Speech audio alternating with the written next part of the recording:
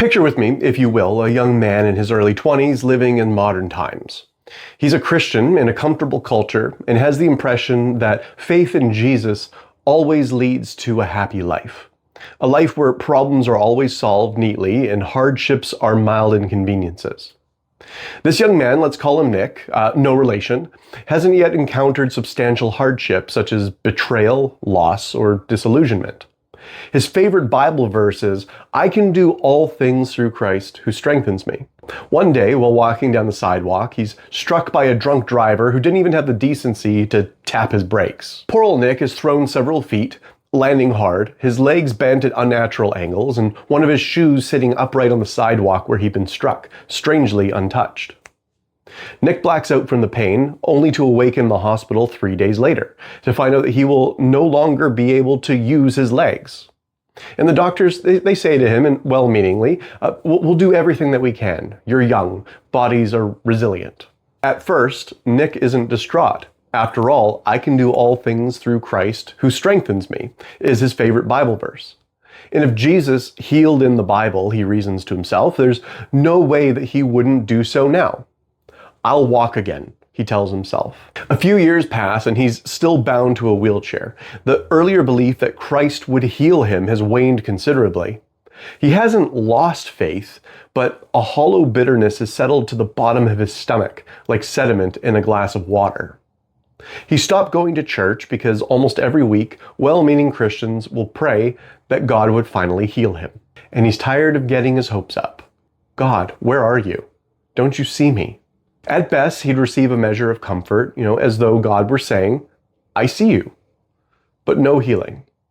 He doesn't lose faith, but he does lose a sense of spiritual vitality. Sadness marks his life, and the unavoidable question arises, stinging like smoke in his eyes. "God, why won't you heal me?" Asking, "Where are you, God?" That's ancient. The book of Job is one such example. But the idea that bad things shouldn't be happening to me, if my faith is real, I think that's largely a modern phenomenon. I don't see that in historic Christianity. I think there's good reason to believe that it came about due to the unique period of wealth and ease that we experience in modern times. Nearly everything in our daily lives is built around convenience. For example, I didn't have to gather and process the coffee beans that I'm now drinking, right? My clothes are comfy. I have a freezer full of food that I can pop into my air fryer whenever I get hungry. We're more comfortable than any other generation in history, and it's reasonable to believe that that comfort has leaked into our theology. We expect God to work on our timetable according to our expectations. Worse yet, we have zero shortage of preachers teaching people that a holy life is marked by how wealthy and healthy you are. Yeah, I'm looking at you, prosperity gospel. The truth of the matter is God's number one goal isn't to make you happy. It's to make you holy. That doesn't mean health or wealth and all that good stuff aren't on the table. It just means that those aren't the highest goals. The goal of the Christian is vitality of spirit and oneness with Christ. Anyway, let's return to Nick. See how he's doing. It's very reasonable to ask God why he'd allow the car accident to happen. I think it's also reasonable to ask why God hasn't healed him. I know that God heals today. Personally, I do. I've experienced it. I've also witnessed it in close family members and friends. The question for me isn't, why doesn't God heal? It's, why doesn't he heal more often? I need to remind myself that Scripture never promises constant healing, but it does show that God sometimes chooses to act in that way. When it comes to people like Nick, I want to see them healed. I want to see God move in their life radically and miraculously. But that isn't always on the table, and I don't understand why. Well, anyway, let's say that Nick didn't receive that healing. Let's say that he remains in that wheelchair for the rest of his life. What does his faith look like 10 years after the accident? Well, since the accident occurred, he's moved back in with his parents and remains on disability insurance for a few years. He's gone through seasons of feeling sorry for himself, but it hasn't been all bad. He even goes to church every once in a while just because his parents ask. He doesn't hate God, but there remains a sense of disquiet within him, and that disquiet feeds his discontent. He's missing out on so much in life, and all God has to do is snap his fingers and bam, he's walking again. He, of course, feels guilt at thinking thoughts like this, but what can you do? Well, one day, he receives a notification on his social media that Rob, a childhood friend of his that he hasn't seen in ages, has died. And it turns out that this friend had suffered through a workplace accident that left him permanently on disability.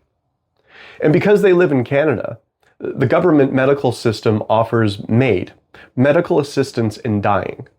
For those unfamiliar, MAID is legally available for certain cases for people that opt for assistance out of this life. And Rob had opted for this assistance. Nick feels a horrific gut punch. This hits close to home, too damn close. Late at night, he finds himself surfing social media for support groups aimed at those with debilitating injuries. He'd never done this before, and what he finds is profoundly depressing. Hundreds of comments by people in similar situations to his and Rob's. Many of them discussing whether or not MAID is something that they should explore for themselves. Well, that's when Nick asks himself a question that he's never thought to ask before. Why have I not lost hope?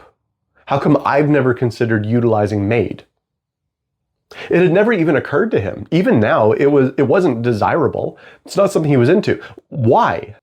Well, the answer was clear. Even within his crippling condition, life was still precious. And this turned out to be the first of many clarifying moments that would shake up everything that he thought that he knew. We could easily view Nick's 10 years since the accident as his time in the wilderness. Lots of uncertainty and discomfort. It would be very easy for Nick to perceive his life, his entire life, as a failure, and even easier to lay that blame for that failure at God's feet. Easy, but uncalled for. Nick begins to realize that the easy road isn't actually easier. After days of introspection, he realizes the answer to his question, why have I not lost hope, is, I have something that they don't have. And he says that out loud. Whatever this was that kept him from collapsing, it wasn't grit, it wasn't optimism, and it sure as hell wasn't convenience. He began to sense a mission. This wasn't the mission that he asked for, but it was put in front of him nonetheless. He still didn't fully understand why MAID had never felt like an option for him, after all so many other people did. He just knew that somehow hope had outlasted disillusionment. Even though he'd never been healed, he'd been held. All of those years he had not been alone. So he goes online and he interacts with these support groups, bringing comfort to whomever he can. He doesn't sermonize them, that's gross. He learned to listen, but he focused that love of Christ within him in order to push it outward. He's kind, he's encouraging. Well, some days after logging off, the weight of pain is crushing. He knows he's doing good, but constant exposure to sorrow and confusion is heavy for anyone. Despite the strong desire to quit, he pushes forward. He meets people from all backgrounds, Christians, atheists, agnostics, spiritual but not religious types. Regardless of background, he engages. He brings presence into the most painful part of his existence and allows that pain to become good seed for God's soil. At some point, he took a risk that scared the absolute bejeebus out of him, more than remaining where he was. He enrolled in counseling to continue helping individuals through their pain because he understands their pain. Some days he wondered if that was a mistake, yet he carried on. Pain is not to be avoided in favor of comfort. Comfort isn't evil, but it's poor sustenance for life. Life in all of its beauty and tragedy. We cannot have joy without pain or laughter without sorrow. But it won't always be so. One day, we will no longer see as through a glass darkly, but will behold God in glorious light. If you stuck around to the end, I appreciate your time. You guys take care of yourselves. I'll see you later.